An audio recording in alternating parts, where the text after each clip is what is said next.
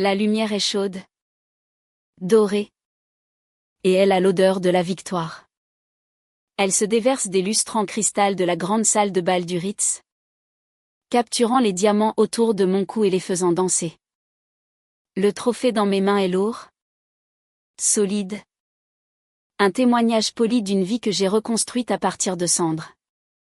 Depuis le podium, je vois une mer de visages, tous tournés vers moi. Leurs applaudissements un tonnerre doux et roulant. À côté de moi, Léo Martel sourit. Ses yeux remplis non seulement de fierté pour moi, mais aussi d'un respect profond et inébranlable. C'est un regard dont j'ai autrefois eu faim. Et maintenant, c'est l'air que je respire. Mon regard dérive sur la foule. Un balayage de gratitude bien rodé. Puis il s'arrête. Pendant un instant, mon souffle se coupe. Debout près du fond, partiellement masqué par une colonne de marbre, se trouve Julien de Courcelles. Il n'a pas changé.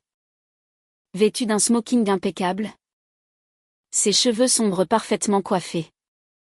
Mais il est un fantôme à ce festin. Ses épaules sont affaissées.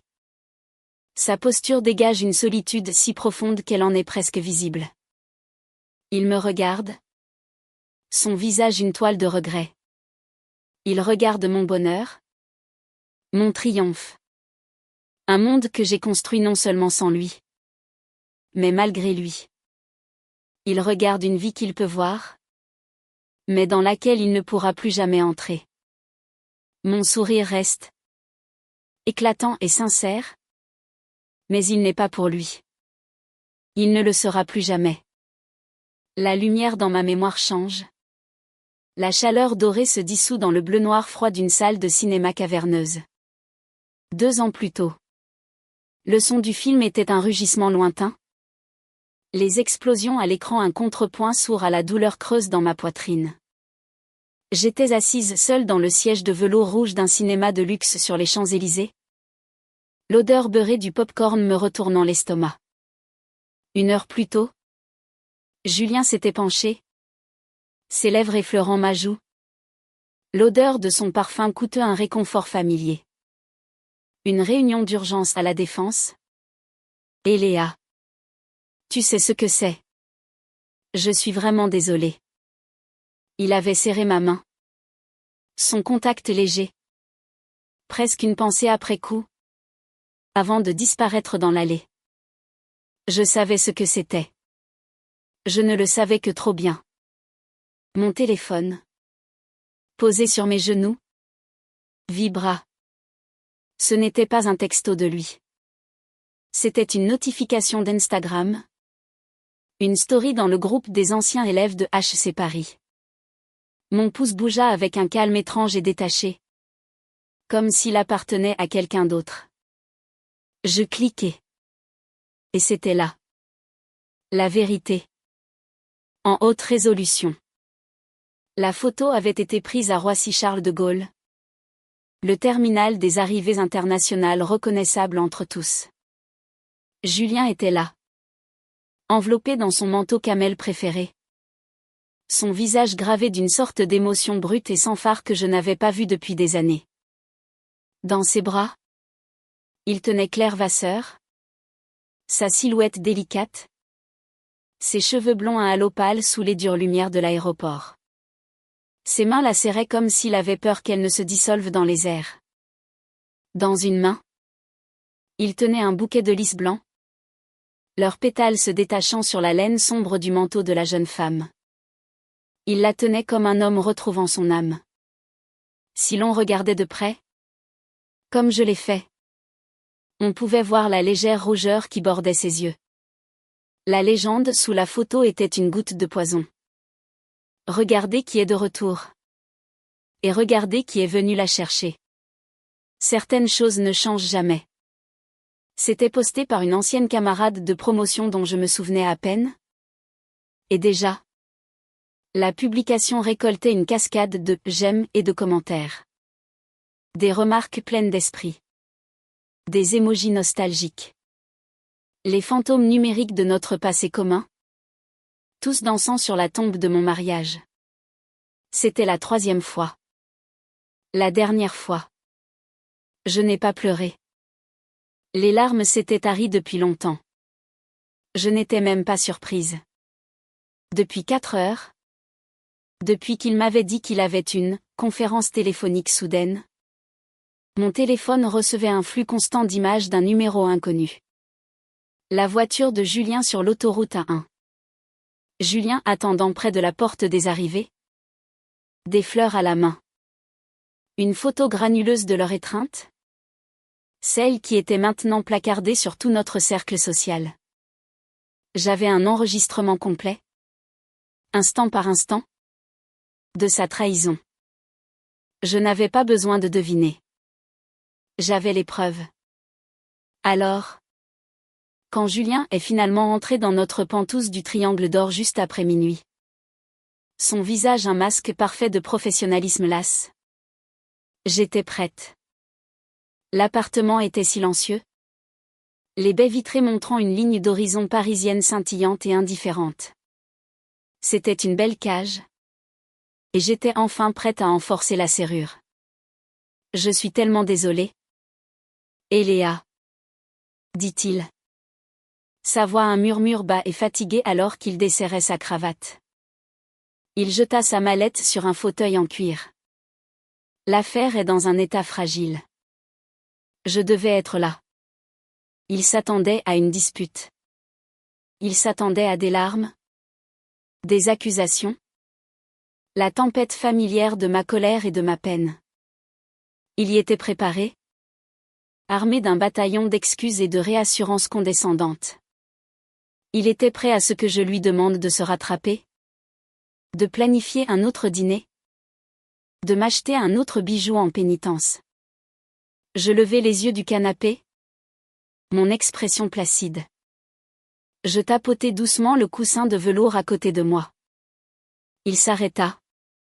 Ses mains figées sur sa cravate. Ceci n'était pas dans son script. Ce n'est pas grave. Julien. Dis-je. Ma voix égale.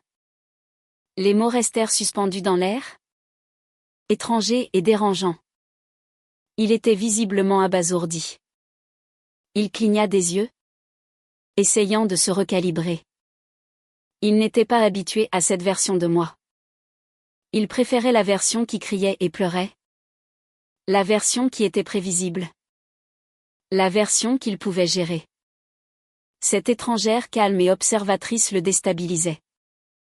Je vais me rattraper. Dit-il. Se reprenant légèrement. Retombant dans ses vieilles habitudes. Ce week-end. Tout ce que tu veux. Ce ne sera pas nécessaire? Répondis-je doucement. Je pris une profonde inspiration. Me blindant contre le tremblement de douleur qui pulsait de mon cœur. Je le regardai droit dans les yeux. Mon regard inébranlable. Va te rafraîchir. J'ai quelque chose dont je veux te parler. Il me fixa un long moment. Une lueur de suspicion dans les yeux. Avant d'hocher lentement la tête et de se diriger vers notre chambre principale. Quelques minutes plus tard, la lumière chaude et dorée de la salle de bain attenante se déversa dans le couloir. J'entendis la douche couler. Peu de temps après, il y eut un bruit sec. Le son de quelque chose de lourd. Comme une bouteille de shampoing. Tombant sur le sol carrelé. Son sang-froid était en train de s'effriter. Quand il émergea. Il portait un peignoir de soie. Ses cheveux encore humides. Le masque du devoir lasse avait disparu. Remplacé par une dureté froide et défensive. Il tenait son téléphone. Il savait déjà. Quelqu'un lui avait probablement envoyé un message au sujet de la publication Instagram. Il entra d'un pas raide dans le salon. La mâchoire serrée. Tu vas faire une scène à ce sujet? Demanda-t-il. Sa voix basse et teintée d'une irritation calculée. Il leva son téléphone. Me montrant la même photo qui avait scellé notre destin. Je ne te l'ai pas dit parce que je ne voulais pas avoir cette dispute inutile. Chaque fois que le nom de Claire est mentionné, tu deviens irrationnel. Tu deviens impossible. Exactement comme tu le es maintenant. C'était ça. La manœuvre classique. Le transfert de blâme. Mes réactions à son infidélité étaient le problème. Pas l'infidélité elle-même. Dans le passé, cela aurait été l'étincelle qui allume l'incendie. J'aurais crié. Jeté des objets. Validé son récit selon lequel j'étais l'épouse hystérique et déraisonnable. Mais pas cette fois. Je n'ai même pas regardé son téléphone. J'ai simplement tapoté à nouveau le canapé. Un ordre silencieux et ferme. Assieds-toi. Julien. Il hésita. Puis s'assit à contre-cœur sur le bord du fauteuil opposé. Un roi arpentant une rébellion qu'il avait l'intention d'écraser rapidement. Je me penchai en avant et, dessous la table basse en verre, je récupérai une épaisse chemise cartonnée. Je la posai doucement sur la surface polie entre nous. Le son doux mais final. Ses yeux se posèrent sur la chemise. Son front se plissant de confusion. Ne t'inquiète pas, dis-je. Ma voix aussi calme qu'un lac gelé. À partir de maintenant, je ne serai plus jamais la personne que tu détestes. Je croisai son regard. Le maintenant jusqu'à ce qu'il ne puisse plus se détourner. Je veux divorcer. Julien. Le silence qui suivit mes paroles fut plus lourd que toutes les disputes que nous avions jamais eues. Il emplit l'espace caverneux de notre pentouse, étouffant les bruits lointains de la ville. Julien se contenta de fixer la chemise. Puis moi. Son visage un mélange d'incrédulité et d'une lueur qui aurait pu être de la peur. C'était un homme qui contrôlait les marchés, qui influençait les conseils d'administration, qui pouvait tuer une affaire de plusieurs milliards d'euros d'un seul coup de fil. Mais à ce moment, il était complètement à la dérive. Divorcé ? Dit-il finalement. Les mots ayant le goût d'une langue étrangère sur sa langue. Il laissa échapper un rire court et sans humour. Ne sois pas ridicule. Eléa. Nous n'allons pas divorcer pour une photo sur Instagram. Il ne s'agit pas de la photo. Julien. Il s'agit de ce que la photo représente. C'est le point final d'une phrase très longue et très douloureuse. Il secoua la tête. Un sourire condescendant jouant sur ses lèvres. C'était le même sourire qu'il utilisait dans les salles de réunion juste avant de démanteler l'argument d'un adversaire. Tu es émotive. Tu es blessée. Je comprends. Nous en reparlerons demain matin quand tu auras dormi et que tu penseras clairement. Il fit un mouvement pour se lever. Pour me congédier. Pour me remettre dans la boîte qu'il avait créée pour moi. Mais ma voix, calme mais d'acier, l'arrêta. Je pense plus clairement que je ne l'ai fait en 7 ans. Dis-je. Les papiers sont tous là. Mon avocate a déjà envoyé une copie à la tienne. Ce n'est pas une négociation. Il se laissa retomber dans le fauteuil. L'arrogance de sa posture se dégonflant. Il ouvrit enfin la chemise. Ses yeux parcoururent la première page. Son expression se durcissant alors qu'il reconnaissait le nom du cabinet d'avocats que j'avais engagé. C'était l'un des cabinets de divorce les plus impitoyables et les plus en vue de Paris.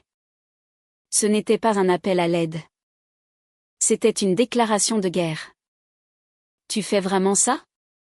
Demanda-t-il. Sa voix basse et dangereuse. Tu es prête à jeter notre vie ? Notre histoire ? Tout ce que nous avons construit ? Parce que je suis allé chercher une vieille amie à l'aéroport ? Une vieille amie que tu as menti pour rencontrer ? Une vieille amie que tu vas voir secrètement à Londres une fois par mois ? Une vieille amie pour qui tu as rejoué une cérémonie de mariage lors de notre premier anniversaire ? Oui. Julien. Pour cette vieille amie, je jette tout. La couleur quitta son visage. Il n'avait aucune idée que je savais pour les voyages mensuels. Il pensait avoir été si prudent. Si malin. Il me regarda alors. Vraiment. Et pour la première fois. Il ne vit pas son épouse émotive, mais une adversaire qui avait tranquillement rassemblé des munitions. Il n'a pas dormi à la maison cette nuit-là. Il a fait une petite valise. Ses mouvements raides et coléreux. Avant de partir, il s'est tenu à la porte. Son visage un masque froid. C'est une erreur? Eléa. Une erreur puérile et imprudente. Tu fais une scène pour attirer mon attention? Et c'est pathétique. Tu le regretteras. Alors que la lourde porte se refermait derrière lui. Je n'ai pas ressenti de regret. J'ai ressenti le premier. Fragile battement de la liberté. Le lendemain, j'ai retrouvé Maya Leroux dans un bar tranquille de Saint-Germain-des-Prés. L'endroit était faiblement éclairé. Sentant le vieux bois et le whisky. Maya, avec ses yeux vifs et intelligents et son attitude pragmatique qui avait fait d'elle une redoutable avocate d'affaires, écouta sans m'interrompre pendant que je lui exposais toute l'histoire. Je n'ai épargné aucun détail. Des fleurs à l'aéroport au papier du divorce sur la table basse. Elle n'avait pas l'air surprise. Maya avait été témoin de mon amour obsessionnel et dévorant pour Julien pendant des années. Elle m'avait vu réorganiser ma vie pour m'adapter à la sienne. Annuler des projets avec elle à la dernière minute parce qu'il avait besoin de moi. Et défendre sa froideur auprès de nos amis. Elle m'avait vu pleurer pour Claire Vasseur plus de fois qu'elle ne pouvait compter. Dans nos jours plus fous. Après quelques cocktails de trop. Je lui faisais promettre une chose avant que ma tête ne heurte la table. Si je m'évanouis. Appelle Julien.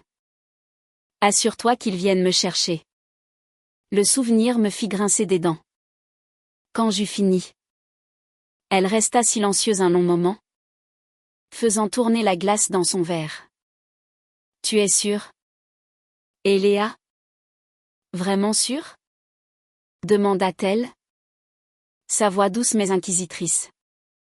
Parce qu'une fois que tu commences ça, il n'y a pas de retour en arrière. Les deux courcelles ne perdent pas avec élégance. J'en suis sûre. Dis-je. Ma voix ferme. Ça fera mal. Je sais que ça fera mal. Mais je ne le regretterai pas. Un lent sourire se dessina sur son visage. C'était un sourire de soutien pur et sans réserve. Elle plongea la main dans son élégant attaché-caisse en cuir et en sortit une carte de visite. Elle la poussa sur la table vers moi. J'ai entendu dire que les divorces à Paris sont tellement demandés qu'il faut réserver une date d'audience des mois à l'avance. Ce type, dit-elle en tapotant la carte, est le meilleur requin du milieu. Il sait comment faire avancer les choses. Vite. Je pris la carte. Elle appartenait à l'avocate que j'avais déjà engagée. Nous avons ri toutes les deux. Un rire vrai et sincère qui ressemblait à la fin d'une fièvre. Alors, dit-elle, son expression redevenant sérieuse. Une pointe d'inquiétude dans les yeux. Quel est ton prochain coup? Honnêtement? Je ne sais pas. Admis-je. Il ne va pas me faciliter la tâche. Il pense que je fais juste un caprice. Et il me donna raison.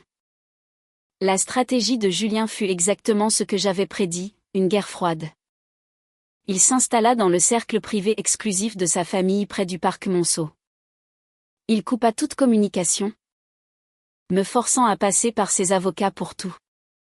Il essayait de m'isoler, de me faire sentir tout le poids de son absence, confiant que je finirais par craquer et revenir en rampant, suppliant son pardon.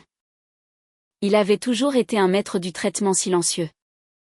C'est pendant cette période de calme troublant que je me suis retrouvée à passer de longues heures dans mon atelier de création. C'était mon sanctuaire. Un espace lumineux et aéré dans un ancien entrepôt réaménagé du Marais, rempli de l'odeur du métal et de la cire, du scintillement des pierres brutes et des fantômes de mon ambition. Je pensais que je serais anéantie. incapable de me concentrer. Mais au lieu de cela, une étrange clarté s'est installée en moi. Une nuit, allongée éveillée sur notre immense lit vide, je ne me suis pas endormie en pleurant. Au lieu de cela, j'ai fait un rêve si vif qu'il semblait être un souvenir se rejoignant. J'ai rêvé de la nuit où j'ai rencontré Julien de Courcelles pour la première fois. J'avais de nouveau 18 ans. C'était l'été après le bac. Et mes parents, désespérés de consolider le statut de nouvelle fortune de notre famille, me paradaient à Deauville comme une pouliche de prix. Ma mère m'avait zippée dans une robe de créateur moulante et suffocante.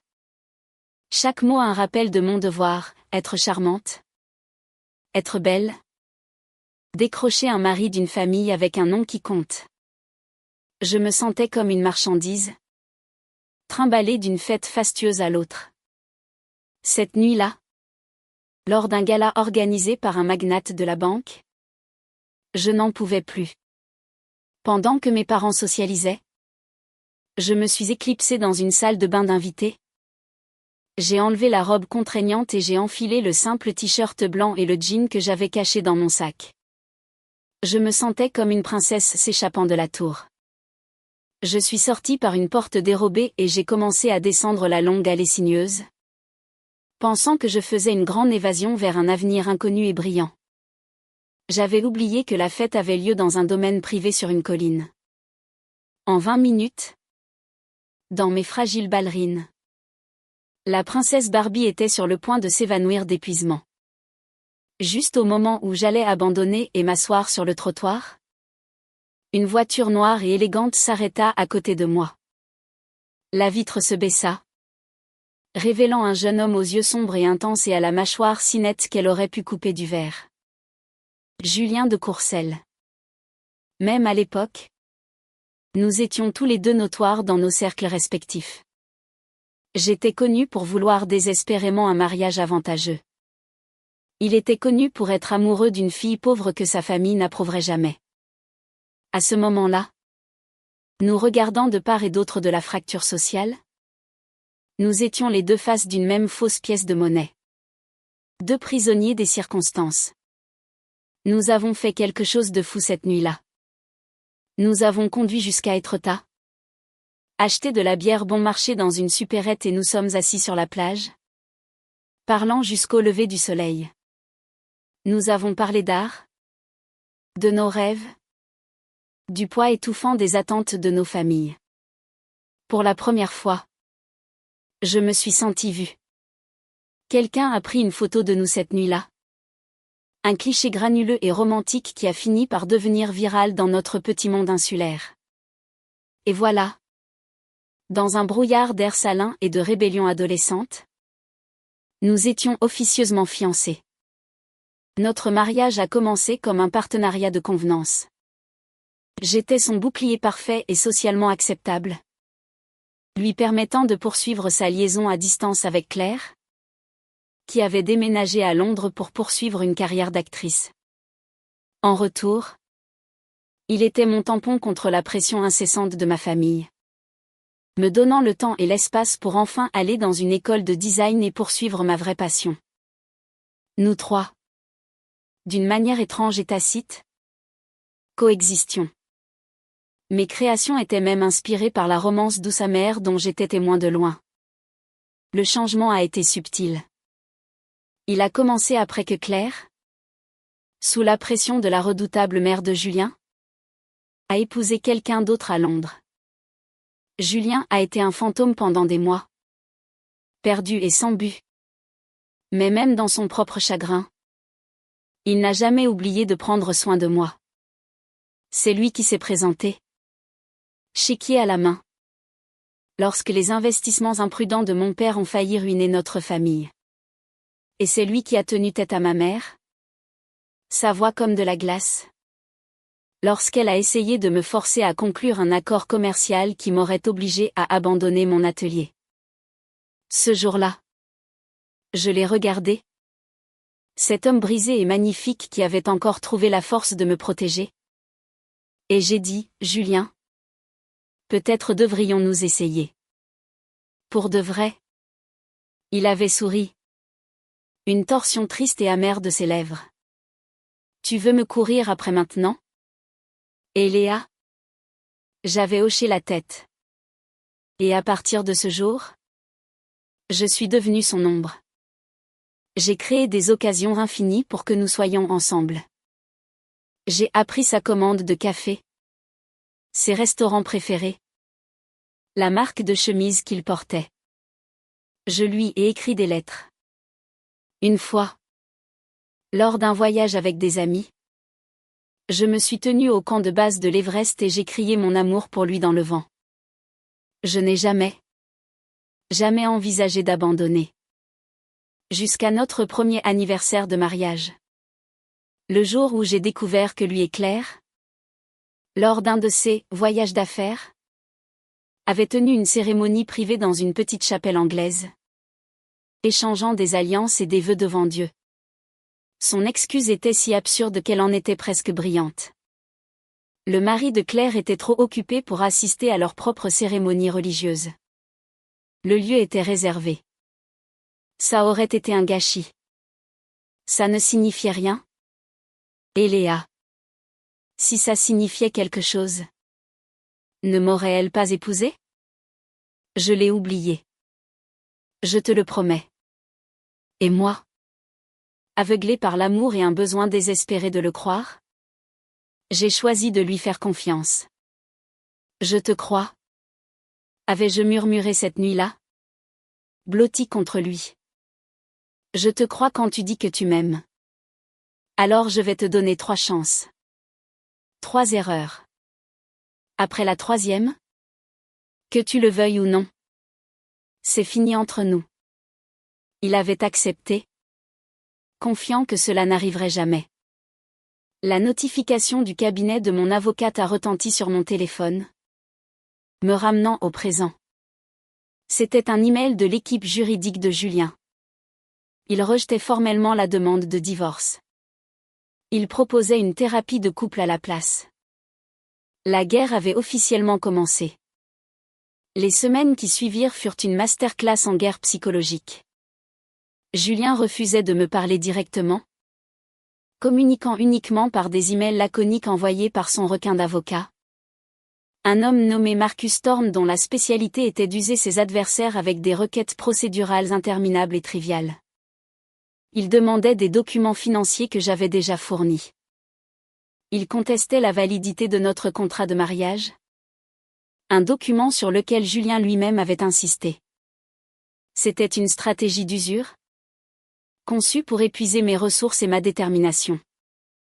Il pariait sur le fait que je l'aimais trop pour aller jusqu'au bout de cette sale affaire.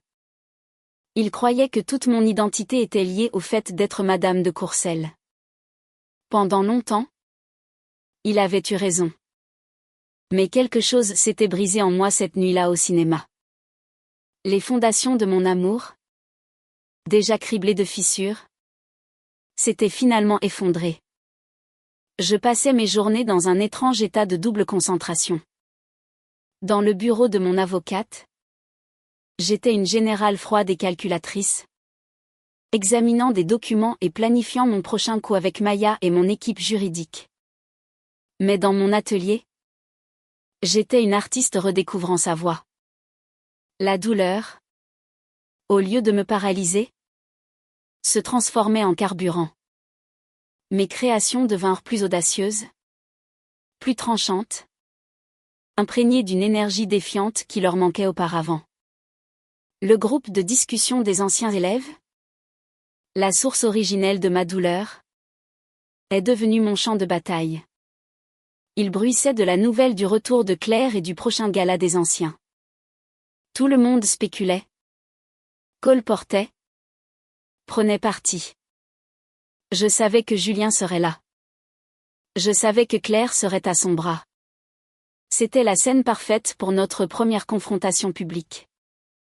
Je devais briser son illusion qu'il pouvait contrôler ce récit, qu'il pouvait garder sa réputation immaculée tout en m'étouffant doucement jusqu'à la soumission.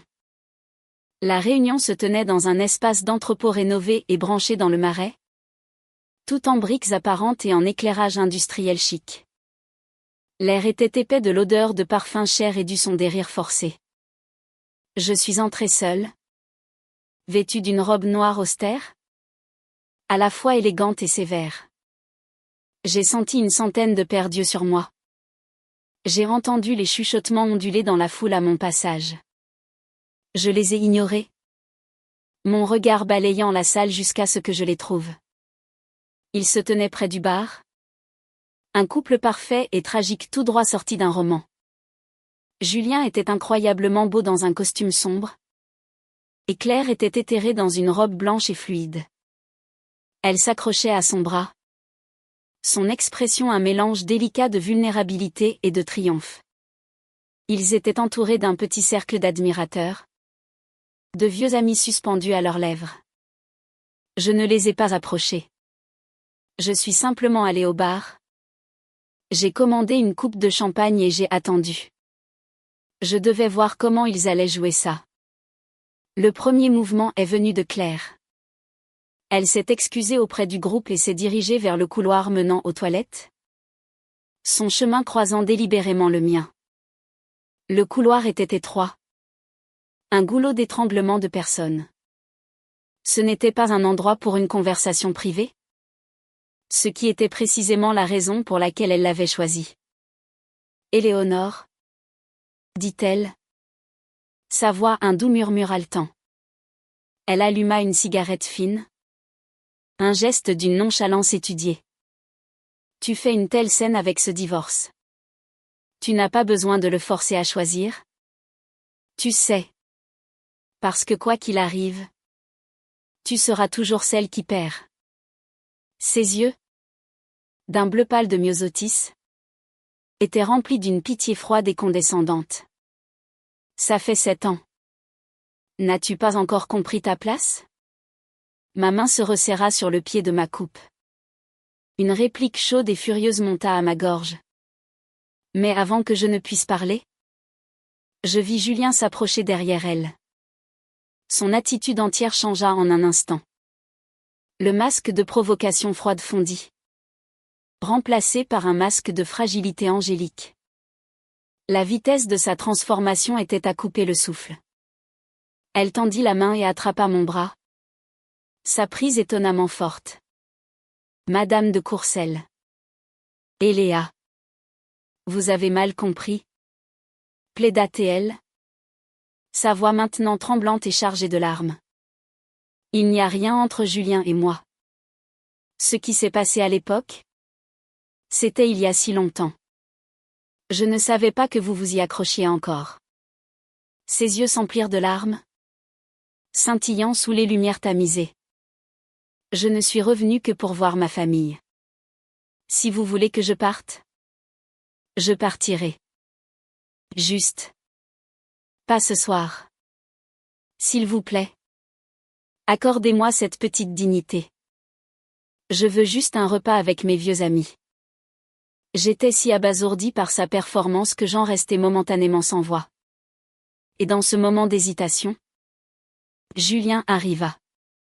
Une force puissante me percuta par derrière, me poussant violemment contre le mur de briques graisseux et apparent. Le visage de Julien était un nuage d'orage de rage. Une veine pulsait à sa tempe. Je t'avais dit de rester loin d'elle? Siffla-t-il. Sa voix un grognement bas et guttural d'autant plus terrifiant par son intensité silencieuse. Ses mains étaient sur mes épaules, me clouant au mur. Mon choc s'enflamma instantanément en une fureur pure et blanche. Sans réfléchir, je levai la main et le giflai. Le son fut sec. Un claquement qui fit taire le bavardage voisin.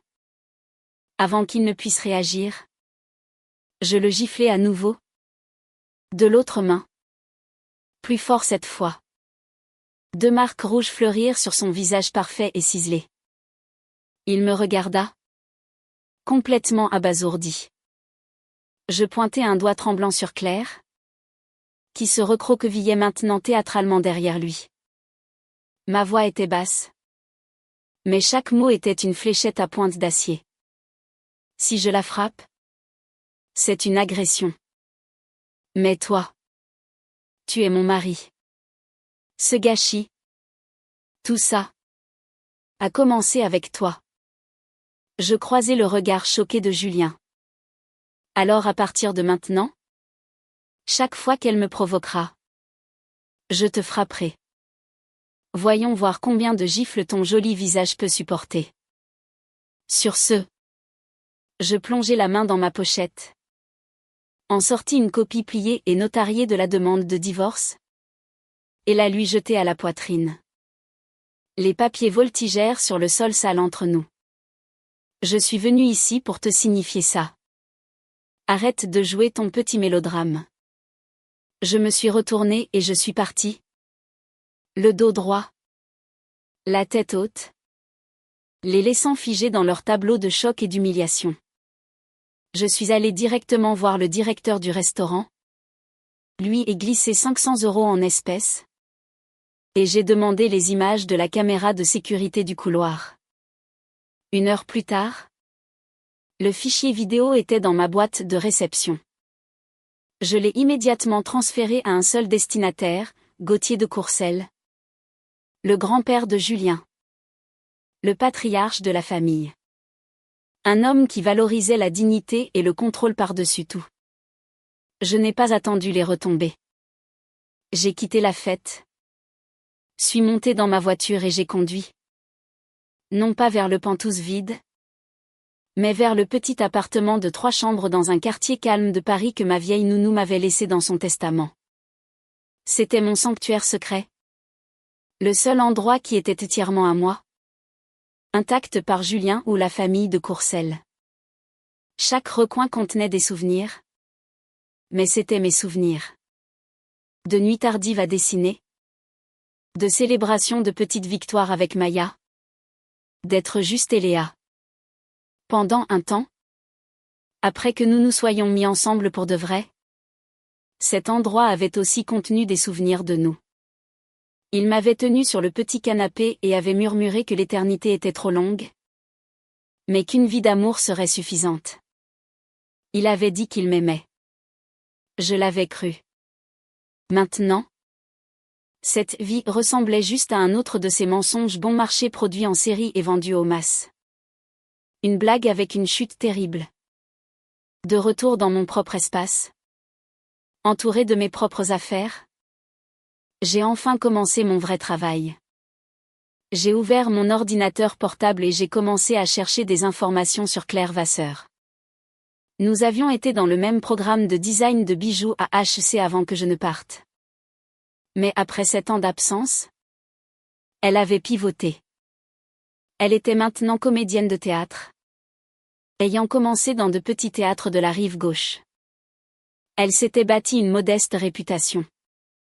Elle était aussi, ai-je découvert, une influenceuse en herbe sur les réseaux sociaux avec près d'1 million d'abonnés. Elle avait un contrat avec une agence de contenu numérique et prévoyait son premier grand événement de vente en direct dans 3 jours. Espérant tirer parti de son retour et de son récit public de chagrin d'amour pour vendre une collection de produits lifestyle. Un sourire sinistre effleura mes lèvres. J'ai ressenti une vague de gratitude pour ma propre habitude méticuleuse, presque obsessionnelle, de documenter ma vie. J'ai ouvert mon stockage cloud privé et mes notes numériques. J'ai choisi mon modèle PowerPoint préféré propre, élégant et impitoyable et j'ai commencé à construire mon dossier. J'ai travaillé toute la nuit, alimenté par du café noir et une juste colère. J'ai compilé chaque élément de preuve, l'arrangeant dans une chronologie parfaite et irréfutable. Les confirmations de vol pour les allers-retours mensuels de Julien à Londres au cours des 4 dernières années. Les reçus pour l'équipement de ski de couple sur mesure qu'ils utilisaient dans les Alpes. Les photos des cadeaux d'anniversaire qu'il lui avait préparés chaque année. Correspondant toujours à son âge 28 roses. 29 perles. 30 parfums sur mesure. La logique était hermétique. Les preuves accablantes. Quiconque regardait cela arriverait à une seule conclusion simple, ce n'était pas une ex-petite amie oubliée. C'était une seconde vie clandestine et à long terme. C'était l'histoire d'un couple profondément dévoué. 3 jours plus tard, alors que la notification apparaissait sur mon écran que le direct de Claire Vasseur avait commencé, j'ai pris une profonde inspiration et j'ai cliqué sur « Publier ». J'ai envoyé la présentation PowerPoint complète à une douzaine de chroniqueurs mondains, de médias et de blogueurs influents. Internet a explosé. En quelques minutes, les noms Julien de Courcelles et Claire Vasseur étaient en tendance sur Twitter, attachés au hashtag promesse brisée. Et à côté, un emoji chaud, rouge et éclatant. Le direct que Claire avait espéré lancerait sa nouvelle carrière? Celui dont elle s'attendait à ce qu'il rapporte une fortune? C'est terminé par un désastre spectaculaire et humiliant. Mon téléphone a commencé à exploser. Un barrage incessant d'appels et de SMS de numéros que je ne reconnaissais pas. Et quelques-uns que je ne connaissais que trop bien. Celui que j'attendais venait d'un numéro privé. J'ai répondu. Le cri qui a éclaté du haut-parleur était si strident, si rempli de venin, qu'il m'a donné mal à la tête. C'était ma belle-mère, Catherine de Courcelles. Comment osez-vous? Hurla-t-elle. Sa voix une arme de pure fureur. Avez-vous la moindre idée de ce que vous avez fait? Vous avez traîné le nom de notre famille dans la boue. Espèce de petite arriviste ingrate et sans classe. Normalement, j'aurais ravalé ma colère. Pendant des années, j'avais toléré les piques de Catherine, ses insultes à peine voilées et ses comparaisons constantes et défavorables entre moi et la sainte Claire Vasseur. J'avais tout enduré parce que j'aimais son fils. Mais il n'y avait plus de raison d'être poli. J'ai pris une profonde inspiration régulière, puis j'ai déchaîné un torrent de ma propre colère. Écoutez-moi bien. Vieille sorcière. Ai-je crié dans le téléphone? Ma voix rauque. Je vous ai montré plus de respect que vous n'en avez jamais mérité. Ne m'appelez plus jamais. J'ai appuyé violemment sur le bouton « Fin d'appel » et j'ai immédiatement bloqué son numéro sans une seconde pensée. Catherine de Courcelles ne m'avait jamais aimé. Elle avait accepté notre mariage comme une sinistre nécessité car, parmi les femmes que son fils pourrait raisonnablement épouser, j'étais le moindre de 2 mots. Claire était une actrice sans pédigré familial. Moi, au moins, je venais d'une famille avec de l'argent, même si c'était de l'argent nouveau. Ma première grande dispute avec Julien avait été à cause d'elle. Nous étions jeunes mariés, et elle avait l'habitude de faire des visites surprises à notre pentouse, arrivant sans prévenir à toute heure. Elle balayait notre maison, critiquant mon goût en art, mon choix de traiteur, ma présence même dans la vie de son fils. J'avais serré les dents et supporté, pour l'amour de Julien. Jusqu'au jour où elle m'a regardé droit dans les yeux et a dit, avec un sourire serein et tranchant, vous savez, j'ai toujours préféré l'ancienne petite amie de Julien. Ce jour-là, elle a vu la vraie moi. J'avais explosé. Je lui ai crié dessus.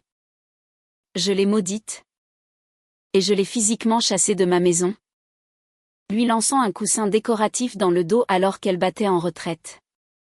À partir de ce jour, j'ai refusé d'assister à toute fonction familiale des de Courcelles qu'elle organisait. Je me fichais que ses amis de la haute société chuchotent sur sa belle-fille difficile. Je ne serais pas un paillasson. Cette nuit-là, après la dispute, j'étais misérable, blotti sous les couvertures dans notre lit. Julien était rentré du bureau et était resté longtemps près du lit, me regardant simplement. Finalement, il avait parlé. Sa voix basse et tendue. Et Léa, tu t'es disputée avec ma mère. J'ai refusé de répondre. Il s'est mis en colère, arrachant les couvertures. Sa voix était un mélange d'avertissement et d'exaspération. Et Léa, c'est ma mère. Et alors? Avais-je crié? attrapant la chose la plus proche, un livre, et le lui lançant. C'est ta mère. Alors je suis juste censé accepter? Je suis censé sourire pendant qu'elle me jette le souvenir de Claire au visage dans ma propre maison? En y repensant maintenant, je réalisais que ce schéma avait défini notre mariage. Je supportais et supportais jusqu'à ce que je craque. Et alors mon explosion était utilisée comme preuve de mon instabilité. Un souvenir, vif et un peu terrifiant, a refait surface. Quelques mois après cette première dispute, j'avais fait quelque chose de vraiment insensé. J'avais décidé de m'excuser. À l'aube, encore en pyjama de soie, les cheveux en désordre, je suis montée dans ma voiture et j'ai filé vers le manoir familial des de Courcelles dans la vallée de Chevreuse. J'ai trouvé ma belle-mère dans le jardin, sirotant calmement du thé.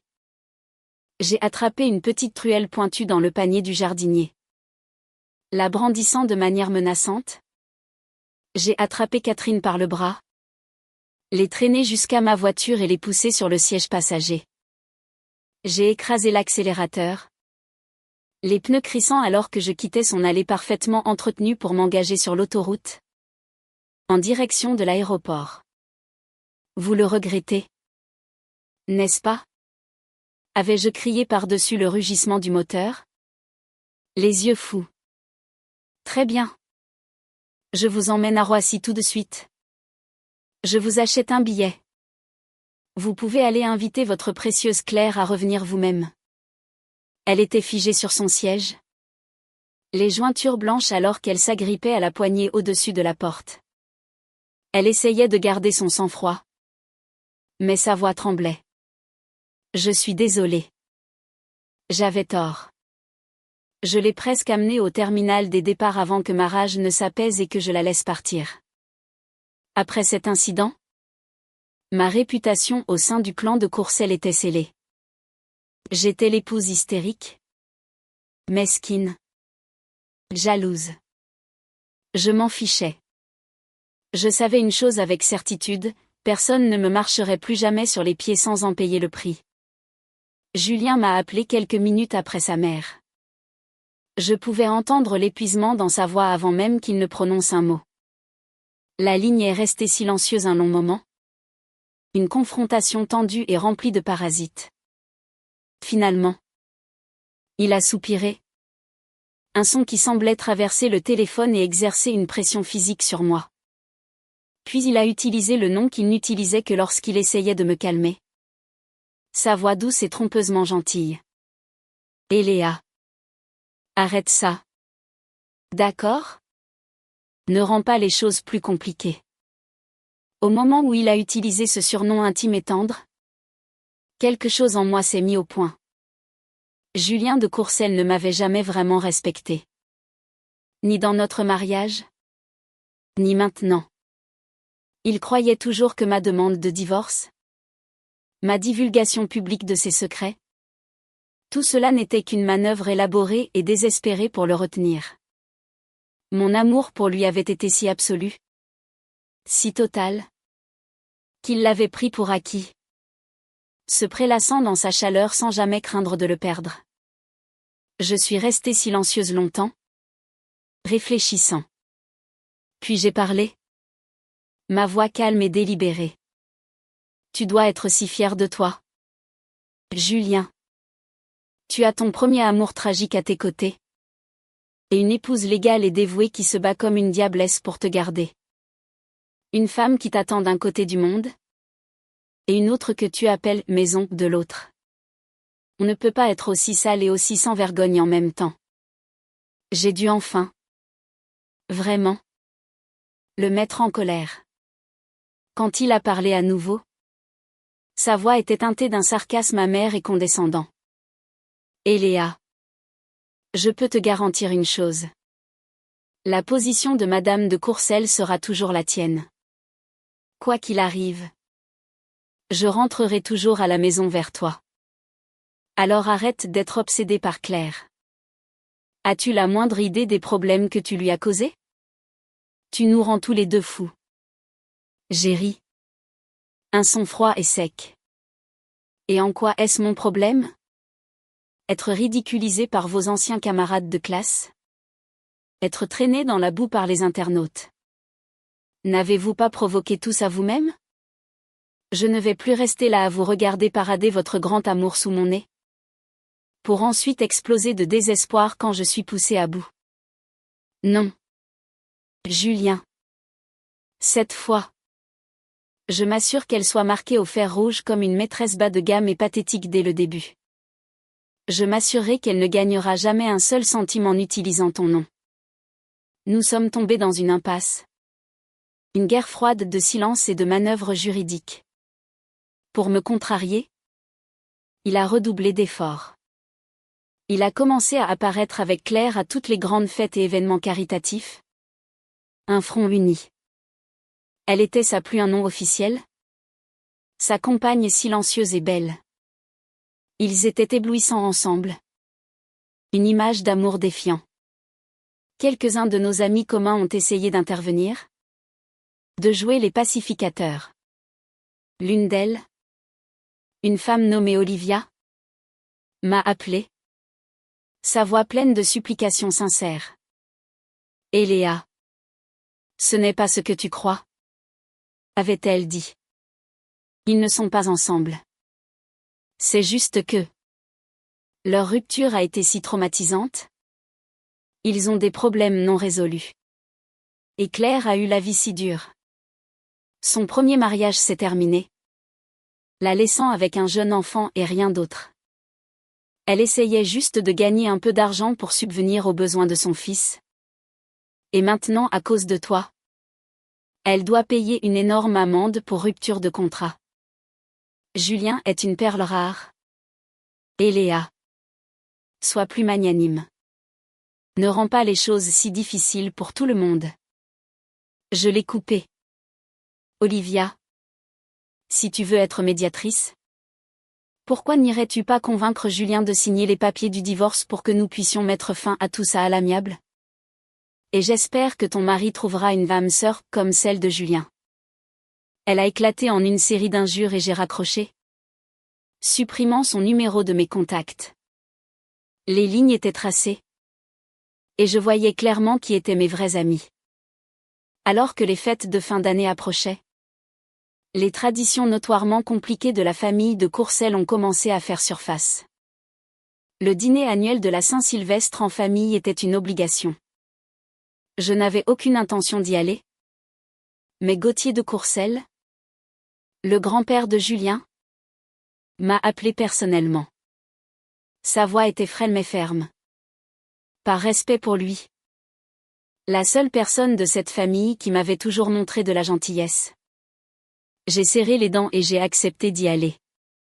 Gauthier était un vrai gentleman de la vieille école.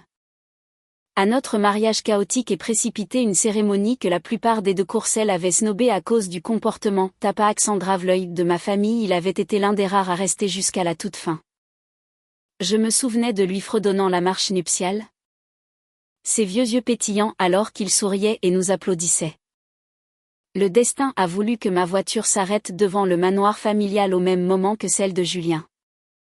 Et assise sur son siège passager, l'air royal et suffisante, se trouvait Claire Vasseur. Ils sont tous les deux sortis de la voiture. Deux silhouettes sombres et élégantes contre le ciel froid de décembre. L'expression de Claire était un mélange soigné d'indifférence et d'un sourire subtil et triomphant. Celle de Julien était juste. Froide.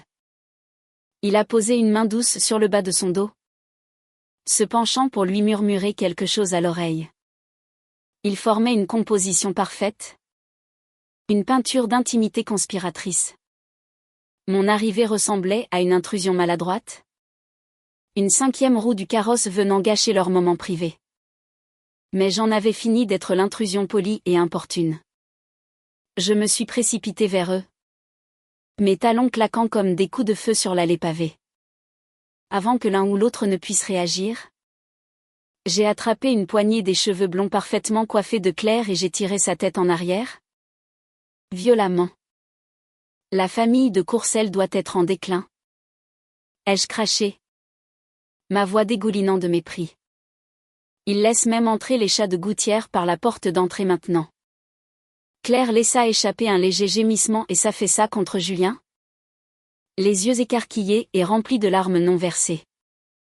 Mais je l'ai vu. J'ai vu l'éclair d'un sourire narquois sur ses lèvres avant qu'elle ne cache son visage dans sa poitrine.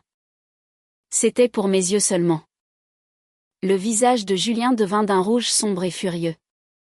Il attrapa mon poignet, sa prise comme de l'acier. « Qu'est-ce que tu fabriques ? Bordel ?» rugit-il. Sa voix résonnant dans le crépuscule silencieux. « C'est ma mère qui l'a invité. Il se passe quelque chose d'important ce soir. » Je n'ai pas bronché. Je l'ai défié du regard. Ma propre colère un bouclier formidable. Et alors ? Je me fiche que tes ancêtres morts se relèvent de leur tombe et l'invitent personnellement. Je le ferai quand même. Nous sommes entrés dans la maison ensemble. Un trio tendu et volatile.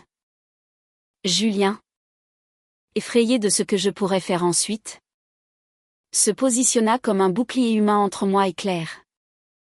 Le salon était rempli de parents de Courcelles. Un troupeau murmurant de tantes. Donc les deux cousins qui interrompirent toute leur conversation pour me fixer avec une indifférence uniforme et glaciale. Ils me regardaient comme si j'étais une œuvre d'art moderne qu'ils n'aimaient ni ne comprenaient. Julien s'empressait immédiatement de s'occuper de Claire, vérifiant son cuir chevelu pour des blessures, tandis que j'étais laissée seule dans la grande entrée, complètement isolée. Je détestais cette maison. Peu importait la brillance des lustres en cristal, peu importait la propreté impeccable de chaque surface. L'air semblait toujours épais de l'odeur de la décomposition. L'odeur écœurante d'une dynastie pourrissant lentement de l'intérieur. Catherine de Courcelles tenait court au centre de la pièce, entourée de ses belles sœurs. Elle évita ostensiblement mon regard. Mais quand elle vit Julien se tenir protecteur à côté de Claire, sa colonne vertébrale se redressa. Et sa voix devint sensiblement plus forte. Faire une scène avant même d'entrer. Totalement sans éducation. J'ai ri. Un aboiement court et sec qui a percé le silence tendu. J'allais vous poser la même question, dis-je, ma voix portant à travers la pièce. Julien me dit que vous avez invité mademoiselle Vasseur. Qu'est-ce que c'est ? Essayez-vous de suivre les traces de votre mari ? Réunir la femme et la maîtresse pour une célébration de vacances chaleureuses ? Un hoquet collectif parcourut la pièce. C'était un coup bas. Et je le savais. Le père de Julien était notoirement infidèle. Ses maîtresses étaient nombreuses et souvent embarrassantes publiquement. Un Noël tristement célèbre. Il avait amené à la fois sa femme et sa maîtresse préférée du moment au dîner de famille. Un événement qui avait plongé Catherine dans un effondrement nerveux pendant des mois. La référence a atteint sa cible. Pendant un moment, la pièce fut totalement immobile. Personne n'osa parler. Catherine tourna lentement le chapelet de jade dans sa main. Son visage un masque de sérénité. Ne sois pas si mesquine. Eléa, dit-elle. Sa voix douce comme de la soie. Tu dois penser à la situation dans son ensemble. Pas seulement au lit de ton mari. J'ai invité Claire ce soir parce que nous avons des affaires importantes à discuter. Après que tu aies si cruellement ruiné son direct, j'ai estimé que nous lui devions une forme de compensation. Pour réparer ton erreur, j'ai demandé à Julien de lui donner le rôle d'ambassadrice de la marque Promesse Éternelle. Elle fit une pause, puis se tourna vers moi. Son expression d'une fausse gentillesse, sa voix dégoulinant d'une fausse préoccupation. Tu n'es pas en colère ? N'est-ce pas, ma chérie ? À ce moment-là, une douleur physique me traversa la poitrine, si vive qu'elle ressemblait à un poing se refermant sur mon cœur. Ma main, posée sur le chariot à boisson voisin, se resserra sur le goulot d'une bouteille de cabernet fraîchement ouverte. Je ne pouvais pas dire si le sentiment qui me brûlait était de la rage ou du chagrin. Seulement qu'il était atroce. Je tournai lentement la tête, mes yeux se fixant sur ceux de Julien. « C'est l'idée de qui ?» demandai-je. Ma voix à peine un murmure. Il commença à marcher vers moi. Son expression conflictuelle, mais Claire tira subtilement sur l'ourlet de sa veste, le retenant. Catherine continua. Sa voix placide. Tu devrais avoir un peu de sympathie. Et Léa. C'est une mère célibataire, élevant un enfant seul. Ce n'est pas facile. Tout coûte de l'argent. Tu n'aurais pas dû être si borné au point de couper ses moyens de subsistance. Je l'ignorais. Mon monde entier s'était rétréci à l'homme debout de l'autre côté de la pièce. Et toi ? Lui demandai-je, ma voix tremblant sous l'effort de la garder stable. Tu as accepté ça ? Son regard croisa le mien. Sa voix était basse mais résolue. Et Léa ? Je lui dois bien ça. Je veux arranger les choses. À l'instant où les mots quittèrent sa bouche, je lançai la bouteille.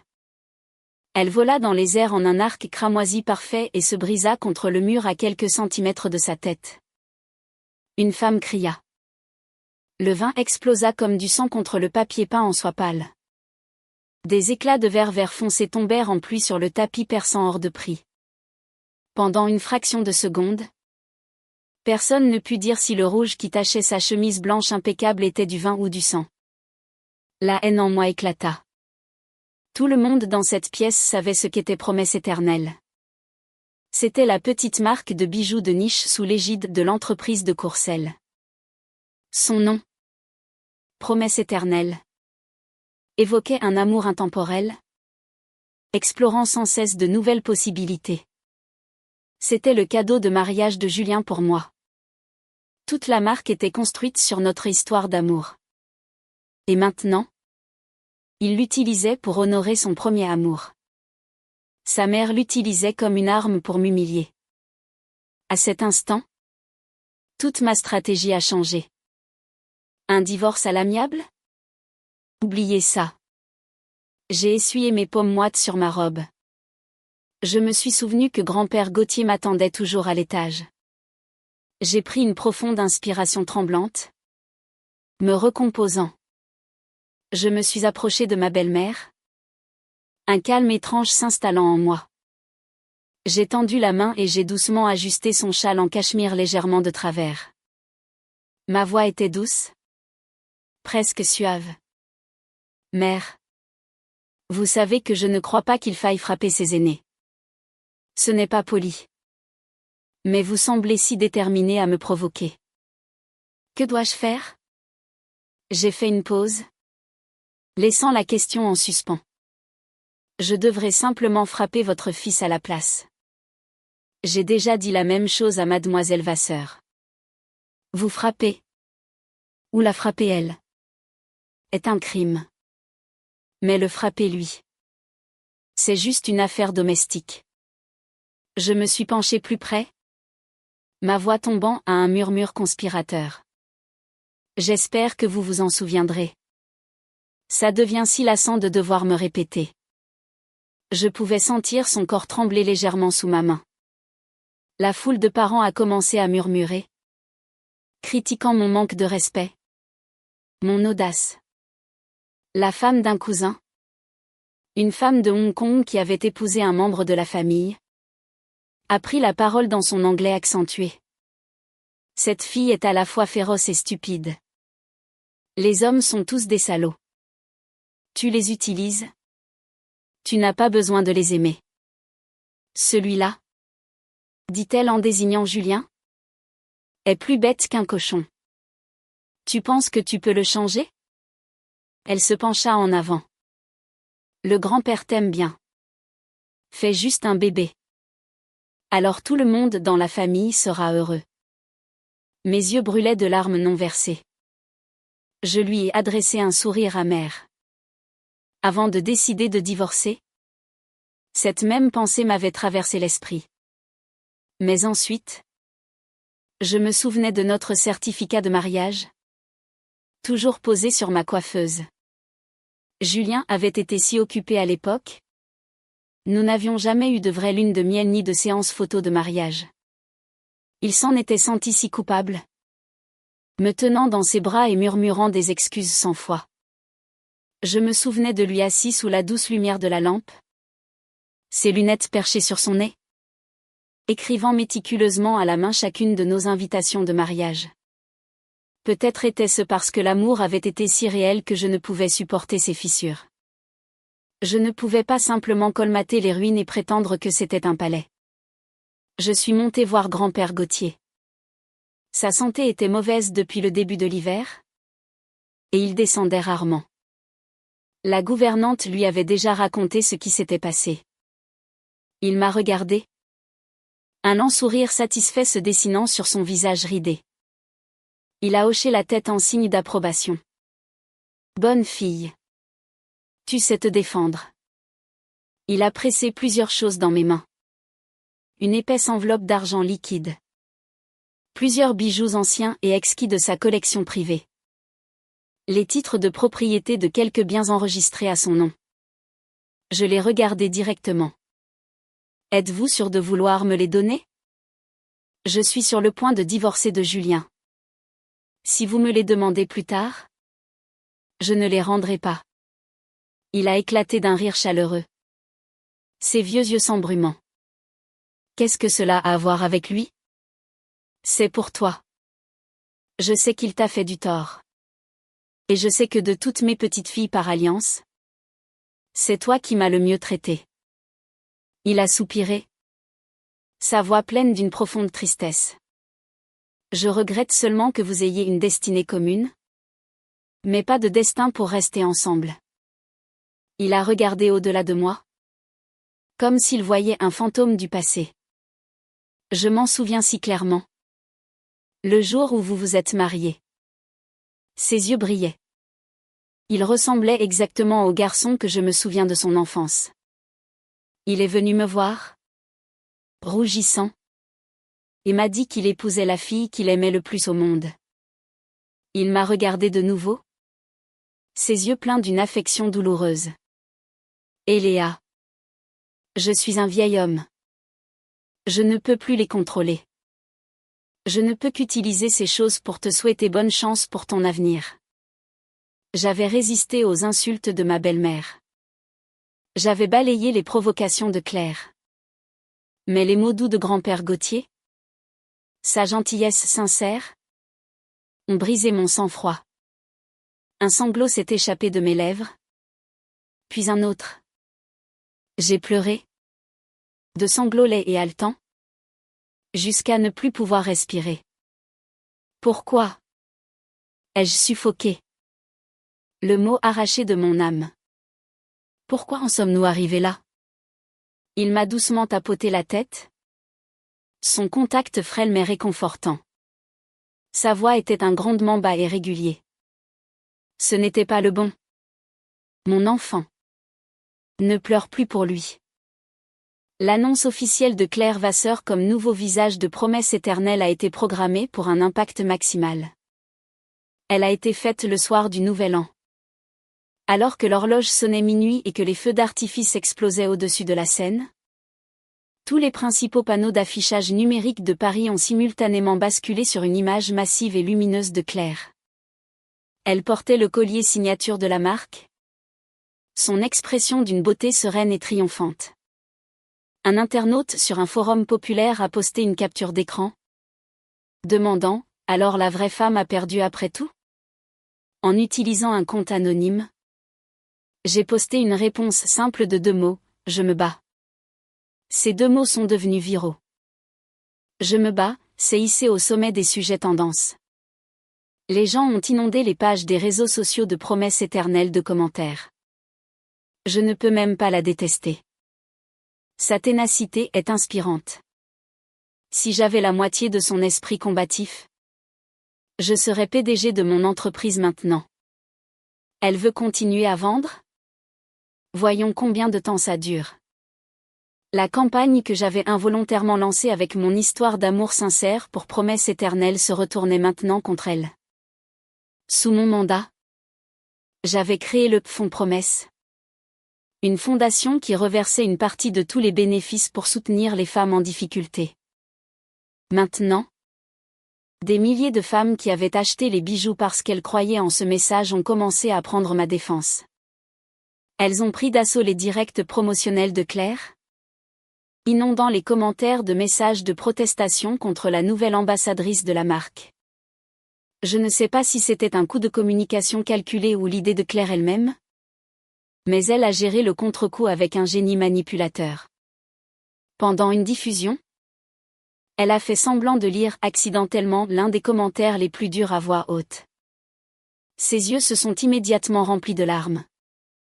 Juste au moment où le nombre de spectateurs atteignait son apogée, elle a esquissé un petit sourire peiné, sa voix étranglée par l'émotion.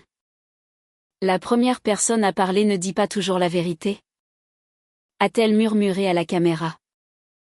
J'avoue. J'ai eu une relation avec le PDG du groupe de Courcelles, Julien de Courcelles, il y a longtemps. Nous étions jeunes. Et nous étions profondément amoureux. Nous avions prévu de nous marier juste après nos études. De faire nos photos de mariage en Islande. Elle a fait une pause, prenant une inspiration tremblante. Mais la femme qui a fini par devenir Madame de Courcelles était la même fille qui me suivait partout. M'appelant sa grande sœur, disant qu'elle voulait être ma demoiselle d'honneur. Elle a regardé directement dans la caméra, ses yeux bleus scintillant d'un chagrin vertueux. Que celui qui est sans péché jette la première pierre. Je ne veux pas être calomnié comme ça pour toujours. Mais ce qui est passé est passé. Il ne sert à rien de le remuer à nouveau. Dans ce monologue magistralement délivré, l'opinion publique a basculé en un clin d'œil. Le récit n'était plus celui d'un mari infidèle et d'une femme bafouée. C'était celui d'un amour volé, d'une héroïne tragique, et de moi. L'amie traîtresse et poignardeuse dans le dos. Mon plan avait été de publier immédiatement la collection de photos intimes et datées de Julien et moi de cette époque, prouvant que notre relation avait fleuri bien après la fin de la sienne. Mais quand je me suis connecté à notre compte cloud familial partagé, mon sang s'est glacé. Tout avait disparu. L'album entier, des centaines de photos documentant notre cours, notre jeune mariage, nos moments les plus heureux, tout avait été effacé. Il n'y avait qu'une seule personne qui aurait pu le faire. Julien. Pour Claire, il ne m'avait pas seulement abandonné, mais il avait activement effacé notre histoire, me laissant sans défense face à un assaut en ligne massif. Les conséquences ont été rapides et brutales. Mon identité a été rapidement exposée. Des armées de justiciers en ligne ont déterré mes informations personnelles. Ils ont trouvé l'adresse de mon appartement parisien. La porte d'entrée a été éclaboussée de peinture rouge. Ils ont installé des haut-parleurs devant mon immeuble, diffusant en boucle des insultes vulgaires et misogynes. La situation a dégénéré. J'ai commencé à recevoir des menaces de mort, des lettres remplies de fantasmes graphiques et violents. Le jour où j'ai finalement décidé de faire une valise et de m'installer à l'hôtel, je l'ai vue. Claire attendait dans une voiture garée de l'autre côté de la rue. Elle a lentement baissé la vitre, son visage obscurci par une paire de lunettes de soleil surdimensionnées. L'actrice fragile aux yeux de biche avait disparu. À sa place se trouvait une femme rayonnant d'un mépris pur et sans mélange.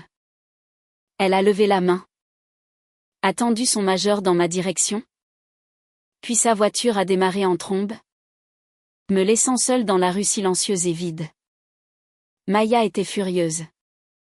Elle arpentait ma chambre d'hôtel, serrant un carnet de croquis de mes dernières créations, le visage rouge de colère.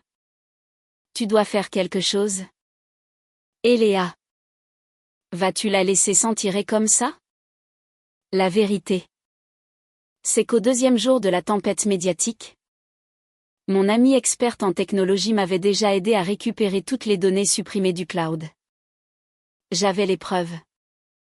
Je pouvais prouver que Claire mentait. Mais alors que la haine déferlait, un étrange sentiment de clarté m'a envahi. Pourquoi m'évertuais-je à me défendre? C'était elle qui avait porté l'accusation. La charge de la preuve lui incombait. Tout ce que j'avais à faire était d'attendre, de laisser le feu s'intensifier, de laisser la calomnie se propager, de laisser les dommages s'accumuler. Plus ils construiraient leur piédestal de mensonges, plus leur chute serait dure. Je ne m'attendais pas à tomber sur les hauts martels à Aix-en-Provence. Mon travail, semblait-il, était la seule chose qui prospérait dans le chaos. La malédiction de ma vie personnelle était une bénédiction pour ma carrière. J'avais reçu une commande importante. Une cliente fortunée voulait que je conçoive une pièce unique pour le 18e anniversaire de sa fille. Née en juillet, sa pierre de naissance était un rubis. Et c'est ainsi que ma quête de la pierre parfaite m'avait mené dans la ville ensoleillée et artistique d'Aix-en-Provence, réputée pour ses bijoux uniques et ses marchés de pierres précieuses. Nous nous sommes rencontrés au petit aéroport régional. J'ai été choquée de le voir debout près du carrousel à bagages. Il était plus grand que dans mon souvenir, avec les mêmes larges épaules et les mêmes yeux bienveillants. Il portait une veste simple et bien coupée sur une chemise décontractée. L'air plus mature, plus posé que le garçon que j'avais connu. Les années avaient passé, et une distance polie s'était installée entre nous. Il se frotta la nuque. Un geste de timidité maladroite que je me souvenais de notre enfance. Maya s'inquiétait pour toi, dit-il avec un petit sourire. Elle a insisté pour que je vienne te servir de guide local. Léo et moi avions grandi ensemble. Si j'étais généreuse, j'aurais pu nous qualifier d'amour d'enfance. Mais depuis que je m'étais mise avec Julien qui n'avait jamais aimé à quel point Léo et moi étions proches, nous nous étions éloignés. Notre contact se réduisant à l'occasionnel SMS de vœux. Cette nuit-là, sous un ciel si rempli d'étoiles qu'elle semblait assez proche pour être touchée, il m'a emmené me promener sur le cours Mirabeau. Nous avons trouvé un minuscule bistrot centenaire, bondé et bruyant.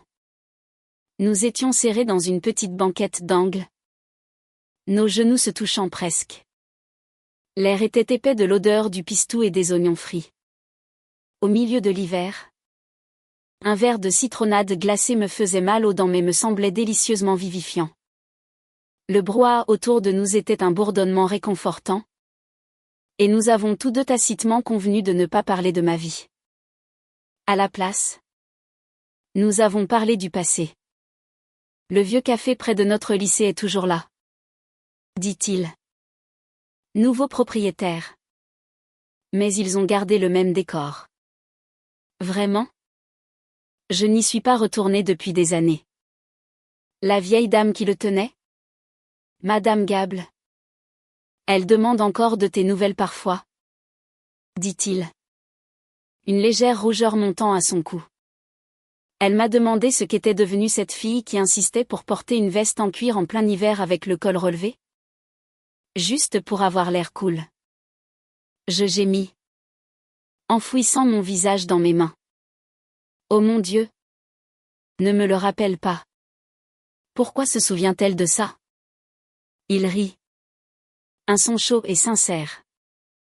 Qui pourrait l'oublier? Surtout que tu te moquais de moi parce que je refusais de porter une doudoune.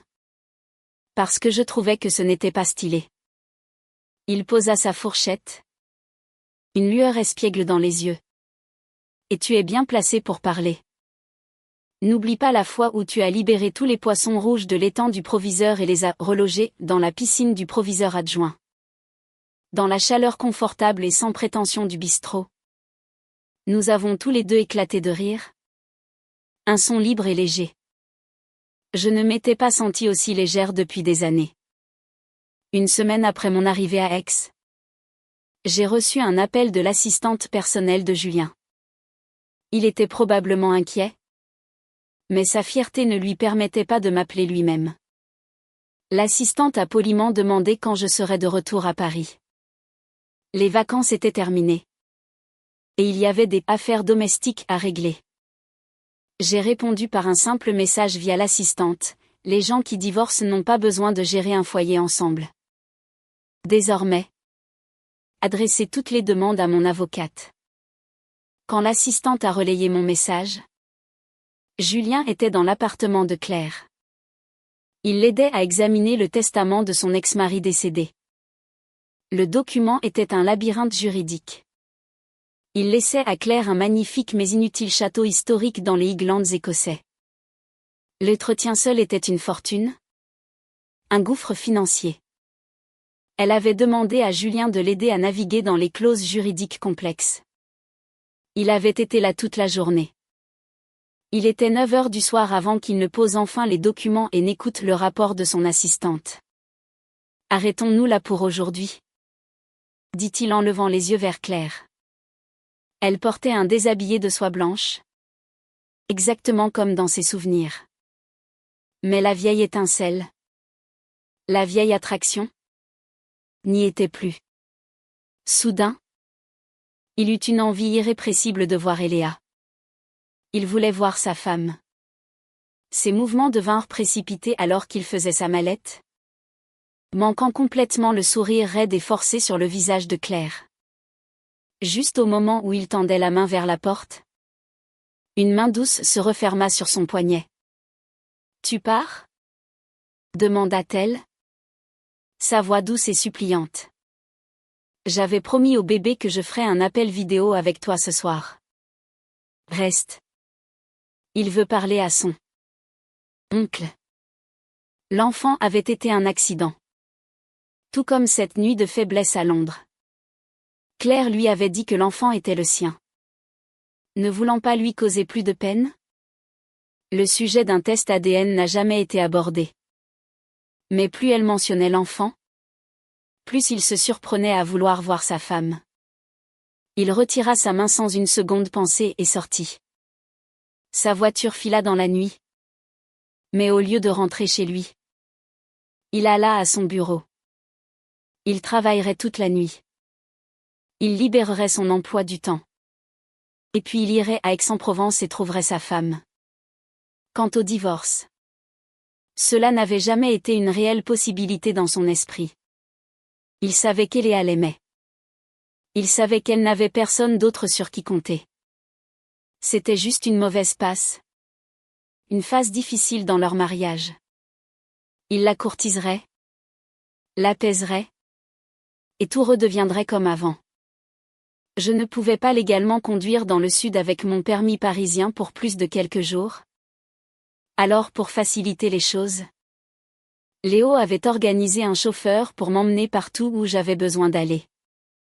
Le jour de la vente aux enchères de pierres précieuses, la chance était de mon côté. J'ai remporté l'enchère pour un magnifique rubis sang de pigeon sans trop de difficultés. Il était parfait ardent, plein de vie, et avec une profondeur qui semblait contenir 1000 histoires. Après avoir réglé les formalités administratives, le chauffeur m'a demandé où je voulais aller ensuite. Sans hésiter, j'ai dit, au sommet de la montagne Sainte-Victoire. J'ai besoin de regarder le coucher de soleil. Je voulais trouver de l'inspiration. Mais plus que cela, j'avais besoin de démêler le fouillis de mes propres pensées. J'ai trouvé un endroit calme sur un belvédère. Une tasse de chocolat chaud me réchauffant les mains. C'était un peu trop sucré. Un peu trop riche. J'avais à peine pris une gorgée quand une voix familière a retenti derrière moi. Il fait froid. Je me suis retournée. Surprise. C'était Léo. Au même moment, j'allais lui poser la même question. Nous avons tous les deux souri. Il m'a fait signe de parler la première. Tu es fatigué ? Ai-je demandé. C'était une question simple, mais elle avait un sens plus profond. Je ne demandais pas seulement s'il était fatigué de sa journée, mais s'il était fatigué de ces dernières années. La veille au soir, La mère de Léo m'avait invité à dîner.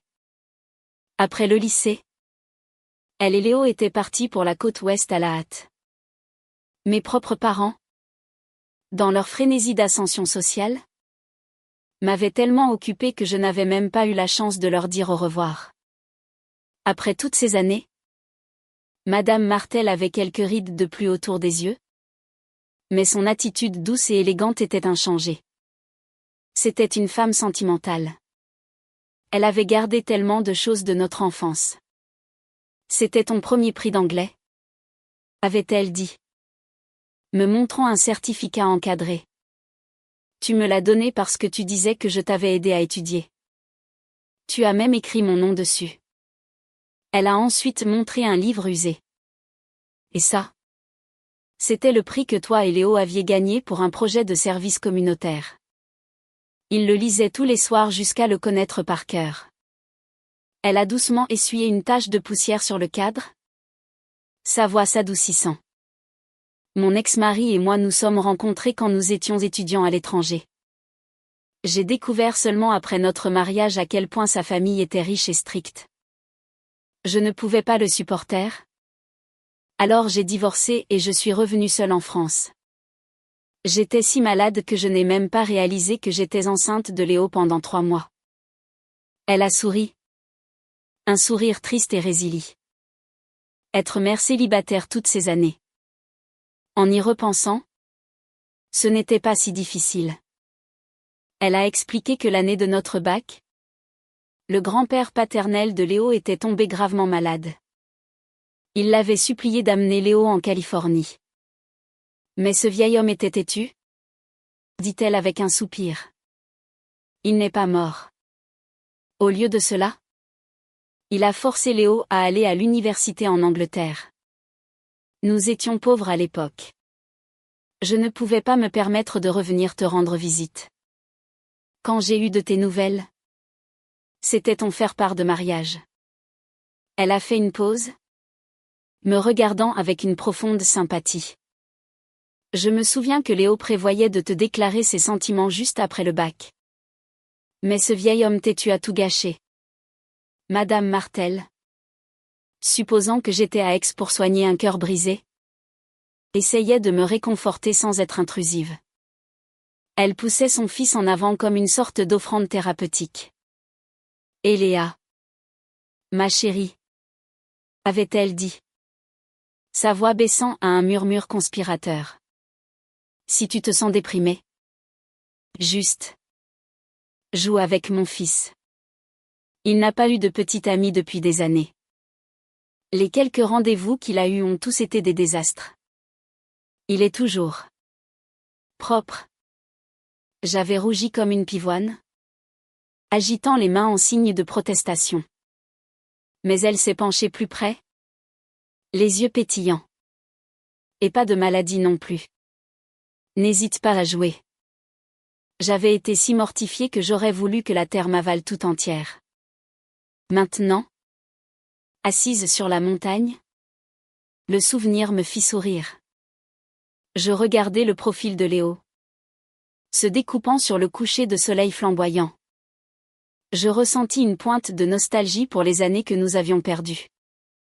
Trouve 2 brins d'herbe, dis-je soudainement. Faisons un concours de tirage d'herbe, comme quand on était enfant. Il rit, secouant la tête. C'est si enfantin. Nous sommes trop vieux pour ça. Tu dis ça juste parce que tu sais que je suis mauvaise perdante? Le taquinai-je. Chaque fois que nous jouions. Si je voyais que tu étais sur le point de gagner, je déchirais simplement ton brin d'herbe en 2. Ce n'est pas amusant de jouer avec moi. C'est vrai? Acquiesça-t-il, son sourire s'estompant légèrement. Il me regarda, son expression sérieuse. Tu as toujours été farouchement compétitive. Je baissai les yeux sur mes pieds. C'est pourquoi je dois gagner ce divorce? Dis-je doucement. Je ne peux pas laisser Julien avoir le dessus. Léo comprit immédiatement. As-tu besoin d'une bonne avocate? Je peux te recommander quelqu'un. Non. Merci. Dis-je. Ma voix gagnant en force. Mon avocate est un requin. Je me levai, époussetant la poussière de mon pantalon. Je me tournai vers lui. Un vrai sourire atteignant enfin mes yeux. Allez. Ramène-moi à l'hôtel. Je veux faire un tour dans la voiture de sport de luxe du grand magnate de la tech. Léo Martel. Il baissa la tête, marmonnant. Quel magnate. À l'entrée de l'hôtel, Léo n'est pas sorti de la voiture. Nous nous sommes simplement fait un simple signe de la main, promettant de nous revoir bientôt. Mais alors que les portes de l'ascenseur allaient se fermer, une main s'est tendue et les a arrêtés. C'était Julien. Je ne sais pas comment il m'a trouvé. Je savais seulement que sa présence ressemblait à une violation. L'ascenseur est monté dans un silence suffocant. Au moment où les portes se sont ouvertes à mon étage, il a attrapé mon bras. Sa prise d'une force brutale. Il m'a traîné, luttant, dans le couloir et m'a poussé dans l'escalier de secours. Dans l'espace sombre et en béton, il m'a piégé contre le mur, son corps m'emprisonnant. Il a pressé son front contre le mien, m'inspirant comme un homme qui se noie trouvant de l'air. Il était comme un chien sauvage et abandonné, désespéré et dangereux. Tu t'amuses ? Murmura-t-il. Sa voix rauque de jalousie et d'épuisement. Et Léa.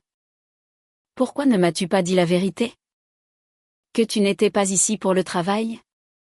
Pourquoi est-ce lui qui t'a déposé ? Sa voix devint déchiquetée, déséquilibrée. Et Léa. Je veux t'enfermer. Je veux te cacher dans un endroit où seul moi peux te trouver. Alors nous pourrons redevenir comme avant. J'ai lutté pour libérer une main. Et quand j'y suis parvenu, je l'ai giflé. 2 fois. Fortement. Le son a résonné dans le petit espace en béton. Tu es réveillé maintenant ? Ai-je exigé. Ma voix tremblant de rage. Il a touché sa joue. Un regard hébété dans les yeux. Quelques secondes plus tard, son sang-froid est revenu. Comme si de rien n'était. Il s'est redressé. Déménager. Revoir de vieux amis. Et Léa. Tu t'es bien amusé. Il est temps de rentrer à la maison. Il avait toujours été capable de m'apaiser si facilement par le passé. Il opérait sous l'illusion que peu importe ce qu'il faisait, quelques mots doux et un contact léger suffiraient à me faire tout oublier. Il prit ma main et la pressa contre sa joue. Comme un enfant cherchant du réconfort. Tu me frappes trop fort ces derniers temps. Mon visage me fait mal. Sa voix s'adoucit en un murmure cajoleur. Je sais que la situation avec Claire t'importe. Mais tout ça, c'est du passé. Lui donner le contrat de la marque, c'était juste pour l'aider à gagner un peu d'argent. Ne sois pas mesquine. D'accord. Ma femme ? J'ai retiré ma main brusquement. Il ne s'agit pas d'être mesquine. C'était à moi. Julien. C'était à moi. Et tu l'as donné. Je l'ai regardé dans les yeux. Ma voix froide comme la glace. Tu es un homme intelligent. Tu sais que je ne joue pas. Alors arrête de faire l'idiot pour justifier ta trahison. Il est resté là. Immobile. Il a sorti son téléphone. A tapoté l'écran quelques fois. Puis l'a tenu pour que je le voie. C'était une confirmation de vol. Demain après-midi. Dit-il. Sa voix ferme. Ne laissant aucune place à la discussion. Tu rentres à la maison avec moi. Avant de quitter l'escalier, il se pencha et déposa un léger baiser sur mon front. J'ai calmement sorti mon propre téléphone et j'ai composé le 17. Allô ? Police nationale. Je voudrais signaler une agression. Grâce à Julien, j'ai eu droit à une visite nocturne d'Aix-en-Provence depuis l'arrière d'une voiture de police. Au commissariat, son avocat, arrivé par jet privé, a plaidé avec passion qu'il ne s'agissait que d'un différend domestique. Mais les caméras de sécurité de l'hôtel racontaient une autre histoire. Elles le montraient clairement me traînant contre ma volonté. Mon avocate, connectée par appel vidéo, m'a demandé mes instructions. J'étais calme. Portez plainte. Faites traîner les choses. Retenez-le ici dans le sud le plus longtemps possible. La famille de Courcelles était assez puissante pour le sortir de ce pétrin éventuellement. Mais j'avais besoin de gagner du temps. J'avais une chienne qu'il avait élevée à Paris et dont je devais m'occuper. J'ai réservé le premier vol pour la ville. Dès mon atterrissage, je ne me suis pas reposée. Je suis allée directement au bureau de mon avocate et j'ai déposé la plainte. Non seulement contre Claire, mais contre elle et Julien conjointement, pour détournement de biens matrimoniaux pendant notre mariage. J'ai également déposé une plainte distincte en diffamation contre elle. Au début, Claire n'a pas pris la plainte ni l'assignation au sérieux. Elle a continué à apparaître à des événements, souriant aux caméras. Dans une interview, elle l'a même évoqué elle-même. Eléa et moi avons toutes les deux étudié le design. La plus grande peur d'un créateur est de voir son travail volé ou plagié. Mais de toute évidence, Mademoiselle Vance l'a fait de nombreuses fois elle-même. Ces mots ont mis le feu aux poudres de sa base de fans. Les meutes en ligne sont revenues, plus féroces qu'avant. Mais je ne me souciais plus de leur bruit. Leur haine était une étrange sorte de carburant. Le rubis que j'avais acheté à Aix est devenu mon obsession. Je l'ai conçu pour être un lever de soleil flamboyant, entouré de 5 diamants brillants assortis, tous nichés dans des pétales d'or doux et sculptés. C'était le meilleur travail que j'ai jamais fait. Lorsque l'esquisse finale a été terminée, je l'ai soumise au prestigieux concours de l'American Jewelry Design Council. Mais l'équivalent serait le Grand Prix de la création de la ville de Paris. J'aurais dû savoir qu'il le découvrirait. Claire a posté une vidéo défiant directement les organisateurs du concours. Pourquoi autoriseriez-vous une plagiaire avec un caractère moral aussi déplorable à participer ? A-t-elle demandé, sa voix tremblant d'une indignation fabriquée. Ses fans ont bombardé le jury du prix de mai, exigeant ma disqualification. Mais la phrase qui m'a vraiment dérangée était celle-ci, il y a une suspicion de plagiat. Mon travail était mon âme. Son accusation publique était une profanation violente. Ce même soir, lors d'un direct, Claire a brandi un dessin. Il était à près de 80% identique à ma création. Elle a affirmé que c'était un design qu'elle avait fait à l'université. Un cadeau d'anniversaire pour elle-même. Devant des millions de spectateurs, elle a pointé un doigt vers l'écran, vers moi, et m'a traité de plagiaire méprisable et lâche. Mon téléphone, mon email, mes réseaux sociaux, tout a été instantanément submergé par un tsunami de messages vils et haineux. Mais le message qui m'a vraiment enragé venait de ma riche cliente. Celle qui avait commandé la pièce en rubis. Éléonore. J'ai besoin d'une explication. Il y avait une chose sur laquelle il n'avait pas compté. Une chose qu'il n'aurait pas pu savoir. Parce que j'étais tombée si profondément amoureuse de ma propre création. Du rubis levé de soleil. J'avais documenté toute sa naissance. J'avais installé une caméra dans mon atelier. Non pas pour un grand dessin, mais pour mon propre enregistrement artistique. Pendant 56 heures, elle avait enregistré chaque coup de crayon, chaque esquisse jetée, chaque raffinement subtil. J'avais un enregistrement complet et vérifiable de mon processus de création.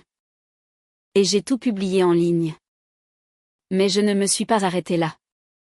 Quelque chose dans le timing parfait de l'accusation de Claire me semblait trop pratique.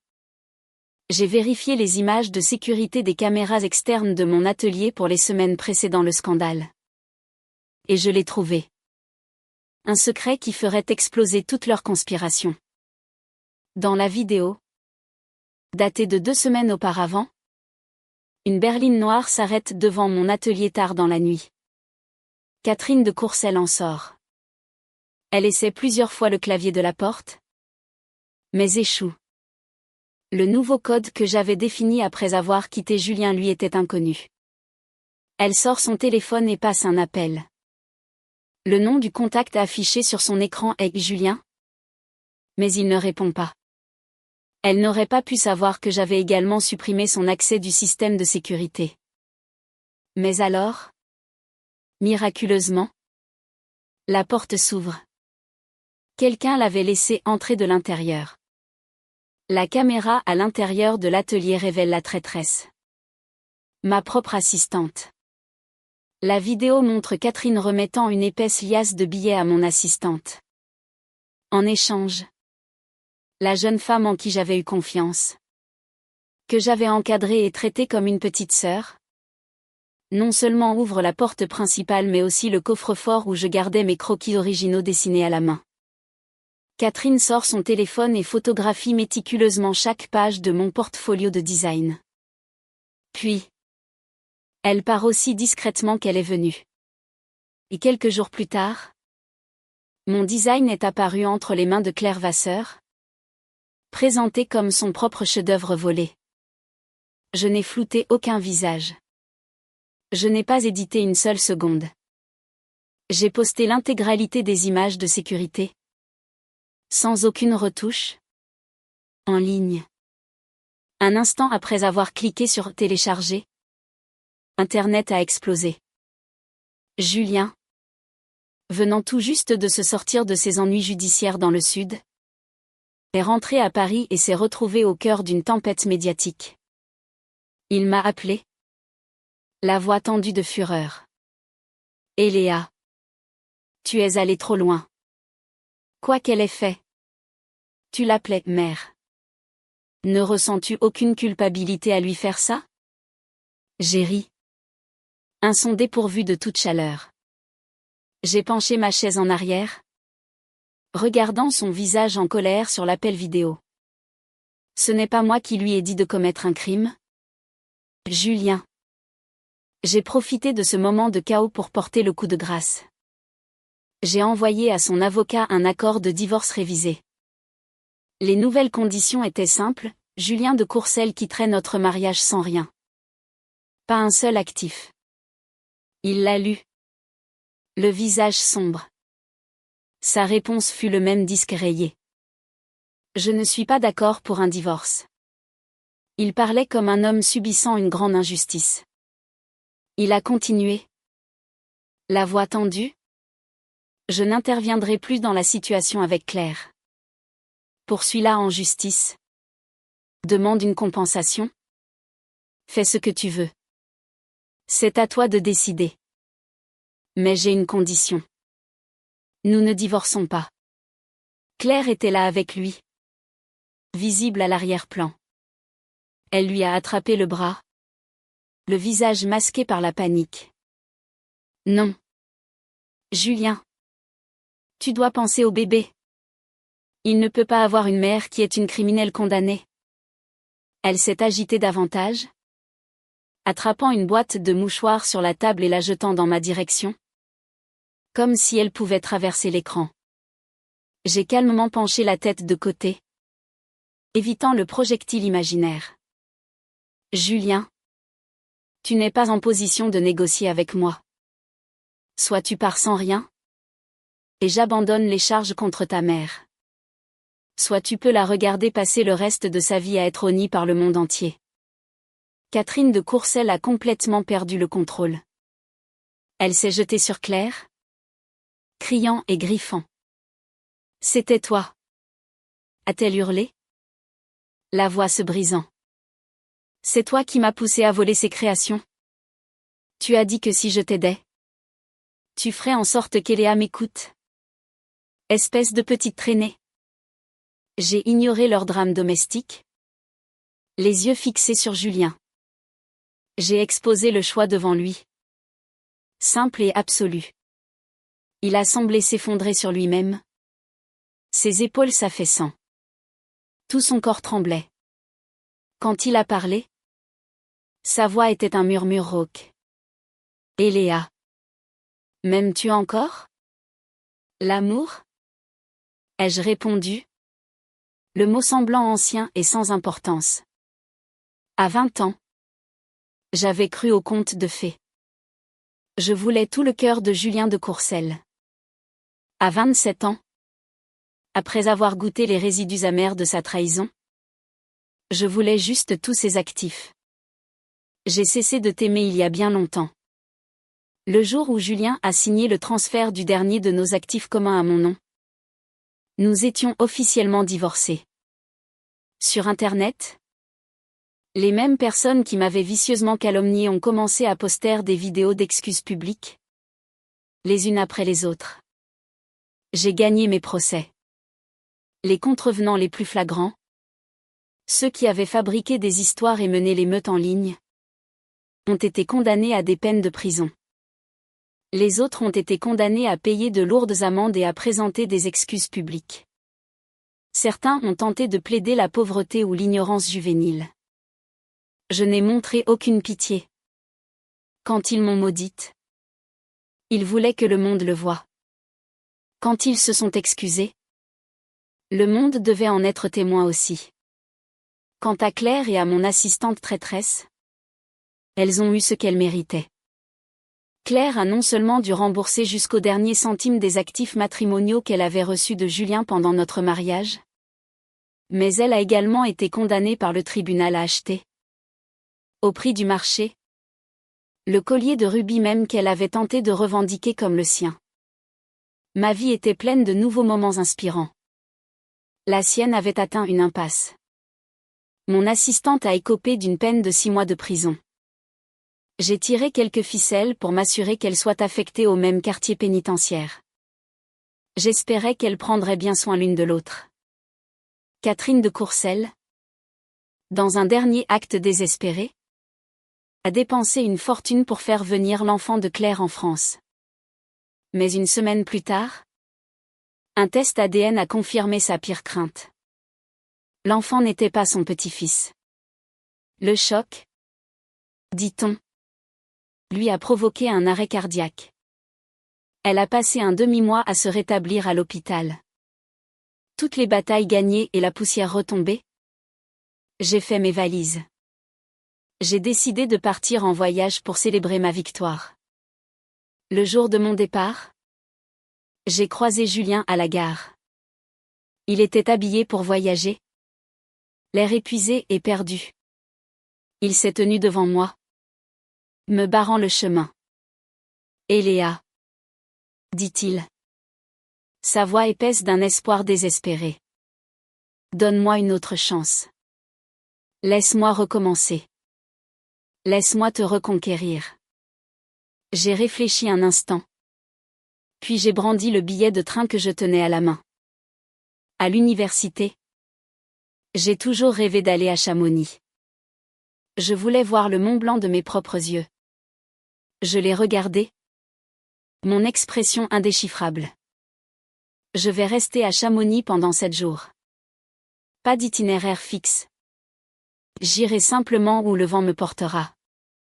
Si, par miracle, nous nous croisons dans une rue au hasard de Chamonix, alors je te donnerai une chance.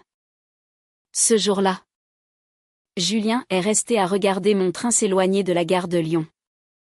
Puis il s'est retourné et a couru, probablement pour acheter le premier billet d'avion pour les Alpes. Mais je suis descendu à l'arrêt suivant. À cette gare, j'ai échangé mon billet pour le premier train partant dans la direction opposée, vers un endroit que je ne connaissais que par la poésie, un coin reculé de la Lozère, dans les Cévennes sauvages et magnifiques. Le train cahotait, le paysage sauvage et puissant du Massif central se déroulant derrière ma fenêtre. J'ai passé 7 jours en Lozère. Le temps s'y écoulait lentement. La vie était si paisible. Si libre. Que tout mon corps semblait se détendre. La 7e nuit. J'étais assise près d'un feu de camp lors d'une fête organisée par le propriétaire de ma chambre d'hôte quand mon téléphone a sonné. C'était Julien. Sa voix à l'autre bout du fil était étranglée par les larmes. Et Léa. Je ne te trouve pas. J'étais calme.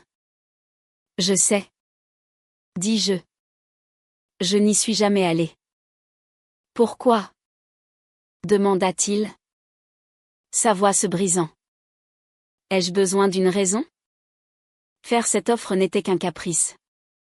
Je n'ai jamais envisagé un seul instant de recommencer avec toi. J'ai fait une pause, laissant la froide vérité s'installer. De plus, voyager est censé être un plaisir. Je n'ai aucune envie de tomber sur des ordures pendant mes vacances. Ces temps ont été plus que suffisants pour me montrer que tu n'en vaux pas la peine. Ce genre de poursuite tardive et pleine de remords d'une ex-femme. Ça me rend juste malade. J'ai pris une inspiration. Puis j'ai porté le dernier coup. Le plus acéré. Julien. Sais-tu pourquoi je t'ai dit d'aller à Chamonix? C'est parce que je sais que tu souffres d'un sévère mal des montagnes. J'espérais honnêtement que tu y meures. Une fin propre? Une fois pour toutes. La ligne est restée silencieuse. Être marié avec toi. C'est comme avoir un casier judiciaire? Ai-je continué? Ma voix plate et dépourvue d'émotion. À partir de maintenant? Que tu vives bien ou mal. Ne me contacte plus jamais. Je peux accepter de m'être trompé sur ton compte. Je peux accepter de n'avoir jamais été aimé. Je peux accepter que ce que j'ai donné ne m'ait jamais été rendu. Je peux accepter que certaines sincérités n'atteindront jamais l'autre personne. Ce que je dois faire maintenant? C'est accepter ma perte? Régler les comptes et partir rapidement. Ne pas m'enfermer dans une impasse. J'ai toujours cru que j'avais le courage de recommencer. Cette nuit-là? En Lozère? Sous un vaste ciel étoilé? J'ai écrit une seule phrase pour moi-même. Aujourd'hui. J'ai parcouru tous les chemins sinueux. Désormais. Ma vie ne sera qu'une ligne droite.